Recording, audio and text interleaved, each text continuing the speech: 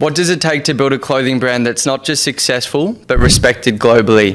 Represent CLO started in a garden shed selling just 25 units, and fast forward to today, they've built a multi-million-dollar luxury streetwear brand aiming to do £250 million in sales in 2025. That's just absolutely wild to say out loud. So in this video, I'll be breaking down how they balance exclusivity and accessibility, the importance of personal branding, their marketing strategies through social media, ads and email, and key lessons that you can apply to your brand. So for anyone that's new here, my name's Casper Tremlett. I'm a brand consultant working for clothing brand businesses. In the past, I was the co-founder of Mertra, and today I'll be diving into Represent CLO, a brand that's more than just clothing. It's a lifestyle, honestly. And if you're a brand owner or thinking of starting one, this video will give you a little bit of a blueprint. Represent CLO was founded by brothers Michael and George Heaton in the UK. They started super small, selling just 25 units, as I mentioned, and they've built this to the point it's at now. Their brand DNA is about luxury streetwear, and from day one, their goal was to create clothes they'd want to wear themselves. It's now a global brand, so I imagine that's pretty cool for them to see, millions of people literally wearing what they just wanted to create and wear for themselves. So before we kind of step into it, what is their target demographic? What is their target audience? Because they've obviously been able to market and target them in a way and gaining their attention. So if you want to break it down, it's male and females, but predominantly you see in their marketing strategies, it's usually males from, that 18 to 30 range.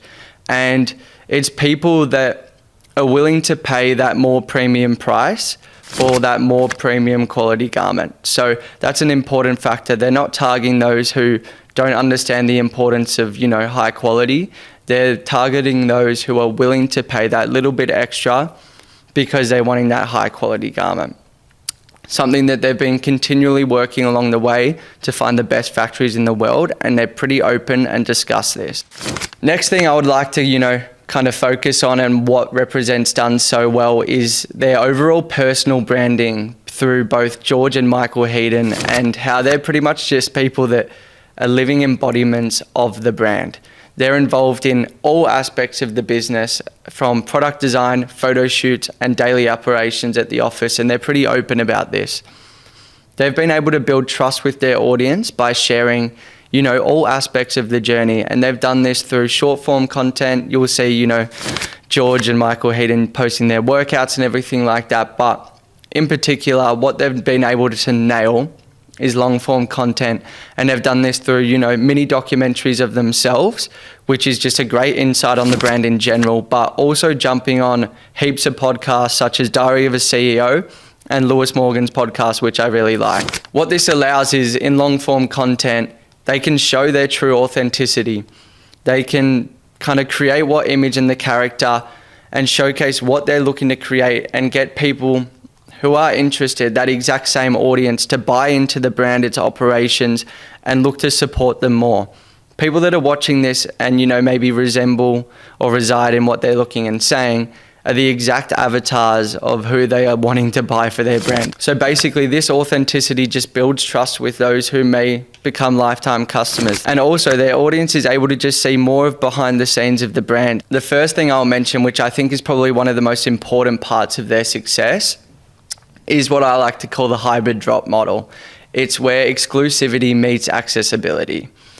And they're able to do this using what they have on their website called the Vault. So I guess I'll call it the Vault strategy. This is where limited edition items are released, which helps to create urgency and exclusivity. This is one-off garments, and it reinforces, represents, premium position, but also helping to, build hype consistently around the brand and getting more eyes and people keen to jump on their site for as soon as it's going to launch. This has become, a very popular method, including what I used in the past. I guess that drop by drop method, where you're looking to sell out, create urgency, and just constant chatter and talk about your brand. But I think it's become, a bit clouded in the last few years, specifically as this being like the only way you need to grow on social media and grow as a clothing brand. But what they do is they combine the Vault drop by drop method with, their 24/7 line.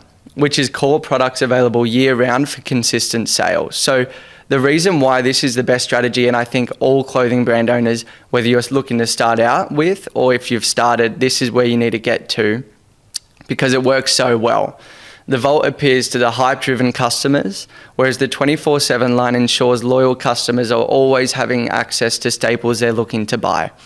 Together, this model drives both short-term hype and long-term growth and allows for consistent, money into the business where they can scale where they seem to want to distribute it, whether it's new garments, more marketing and everything like that. So it allows them to get consistent money, consistent cash flow, and they can distribute that in a way where they seem appropriate based on their data and their testing they're receiving. So on social media, Instagram is their strongest platform. It shows all their luxury products, and it's pretty much all luxury content based on this, so that it's really consistent along the way.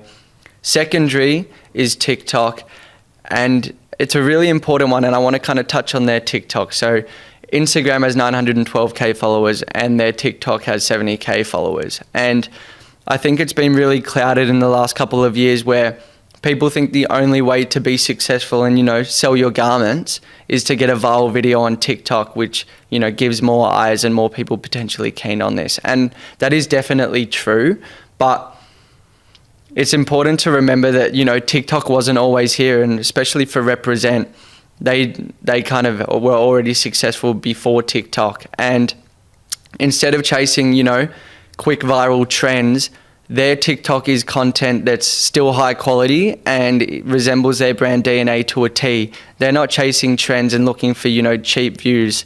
So you'd be surprised when you look at their TikTok account, they've only got, maybe 1,000 views and 100 likes. And I think that's a really cool thing to point out, to remember that, if your brand's not all about cheap virality, that's okay. And there's still ways to be successful with this along the way. And what they've honed in on is more concrete, strategies.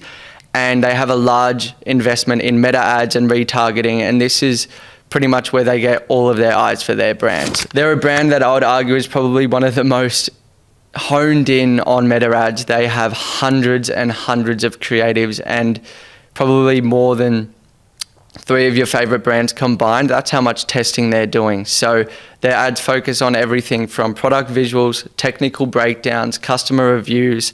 It's all high quality. It's still consistent to their brand DNA. By doing so many ads, they're going to be able to get so much data, and they can just hone in on what's working well with slight variations in A/B testing of this. So of course, create content that's going to get more eyes on an organic setting, but remember to make sure that you need to still uphold your brand integrity along the way from doing this. So if that means not chasing viral trends on TikTok, great, there's still ways to be successful. Hone in on creatives and content and do A/B testing on Meta to therefore get more eyes and exposure for your brand. And lastly is email marketing. They hone in on email marketing. Obviously, it's one of the most concrete kind of strategies and processes that you can do as a brand owner. They use lifecycle campaigns to retarget post-purchase. They have an email, flows where they show product care tips, style recommendations, and exclusive offers to encourage repeat purchases. So make sure with all of those social media and all of those marketing strategies that you're consistent, you have quality engagement, and it's about building a long-term brand, not chasing viral moments. So that's one of the biggest things I would like you to try and implement when you're looking to build your brand and what you can learn from Represent. Section 4 is just the overall leadership and systems they've been able to do to scale so effectively. And scaling requires strong leadership and reliable systems. For George Heaton, he mentioned, and I think it's pretty honorable for him in his podcast to say how the importance of building a team. Today, if I would have stayed in that CEO position, even though I was learning a lot and listening to a lot of things, and we had to bring people in because we were like busting at the seams. We didn't have enough staff, and like the revenue was going crazy, and we didn't know what to do with ourselves. We're all running around like headless chicken. There's only like 20 people in the business, and we were doing like 35 million revenue, and it was like, fuck, what are we going to do? We're going to do 50 million next year, but we don't know what we're doing. Just like so silly. But yeah, I was going to say, from the outside, it looks like you had it all together. Oh, of course it does, yeah. For the whole 13 years, it kind of looks like that. And it still looks like that now, and we definitely don't have it all together, but I do have an amazing like leadership team, and everyone in the business is like so bought into it now. And like now there's like a mission statement and some fundamentals behind the business, and everyone's really on the mission with me, and like they fucking live for it and love it, and like will die for it. And one thing I like to mention is like your clothing brand, whether it's a clothing brand or any business, you're only as big as your team. So George Heaton brought in Paul Spencer as the CEO in 2022 when they were kind of hitting a bit of a flat mark with their brand. And it's pretty obvious to see with their growth in the last 2 or 3 years, what a difference that made. This allowed for, the founders to focus on creative direction and marketing, and their team has grown rapidly from like 35 to 65 employees. I'm sure there's hundreds of more that are offshore as well. But it shows the importance of, as a clothing brand owner, if you have a little bit of success, sometimes, you can get a bit of an ego and everything like that. But remember that there's experts out there for all different, things, whether that's design, whether that's business operations, marketing team. So you can't do it all. You're only as big as your team, and make sure that you're getting the right people in that you trust, that are experts, and that are probably going to do a better job than you can to help you grow and just improve and progress faster. So their goal was to create systems that support long-term growth, and they've been able to do that by, 2025. Their aim is to hit 250 million pounds in sales. So that's just stupid. So remember, as a brand owner, scaling isn't about doing everything yourself. Build a team, create systems, build SOPs so your brand can operate when you're not there as well, and therefore your brand can hopefully survive and thrive in the long term.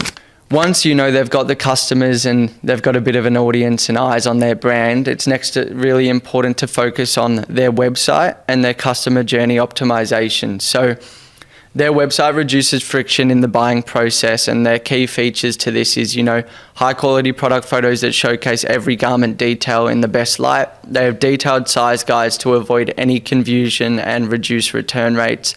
And they also cover the cost of import charges. Even though that's causing a margin loss for them, they understand the importance of, the more people that are wearing their brand globally, the more the brand name gets out there, the better it is for the business. So customers trust brands that make their experience seamless. So do this in every way you can, and a website and your customer service is a large part of that. And this small investment to continuously improve this will build loyalty and long-term success for your brand. The last thing I wanted to look at is, their Trustpilot and their overall customer service and what this looked like. So it was pretty interesting when I looked them up on Trustpilot. They had a rating of 3.7 stars. And to be fair to them, that's not the best rating, but when you're scaling as fast as they are, customer service is probably going to be one of the hardest challenges for any brand anyway. So they've got thousands of reviews that both highlight, the success and a positive journey, but there's always going to be kind of, ways you can improve. So there's a few things in their customer journey I'm sure they're looking to figure out and just improve that kind of overall buying process for a future customer. So to kind of wrap it all up, Represent stands for luxury feel, and although they've got luxury prices, their customers are willing to pay for this because of all different aspects of their brand. They're consistent in their branding and marketing and their customer experience. They've been able to scale due to strong leadership from the brand owners and building scalable systems. So as a brand owner, focus on long-term growth, not fleeting trends. Combine exclusivity with accessibility for sustainable success, and build trust through authenticity and meaningful content as you as the brand owner. And this is how you can look at Represent Clo and basically utilize it as a blueprint for success for your clothing brand. They've been able to scale without compromising their identity, which is pretty amazing to kind of say and see. And if you found this video helpful, like and subscribe, share your favorite lesson you learned. And if there's any other brands you want me to kind of do a breakdown on their marketing systems, their strategies and everything like that, let me know. Check out the free resources linked in my bio to help you build your brand with confidence as well. Thanks for tuning in. I'll catch you next time.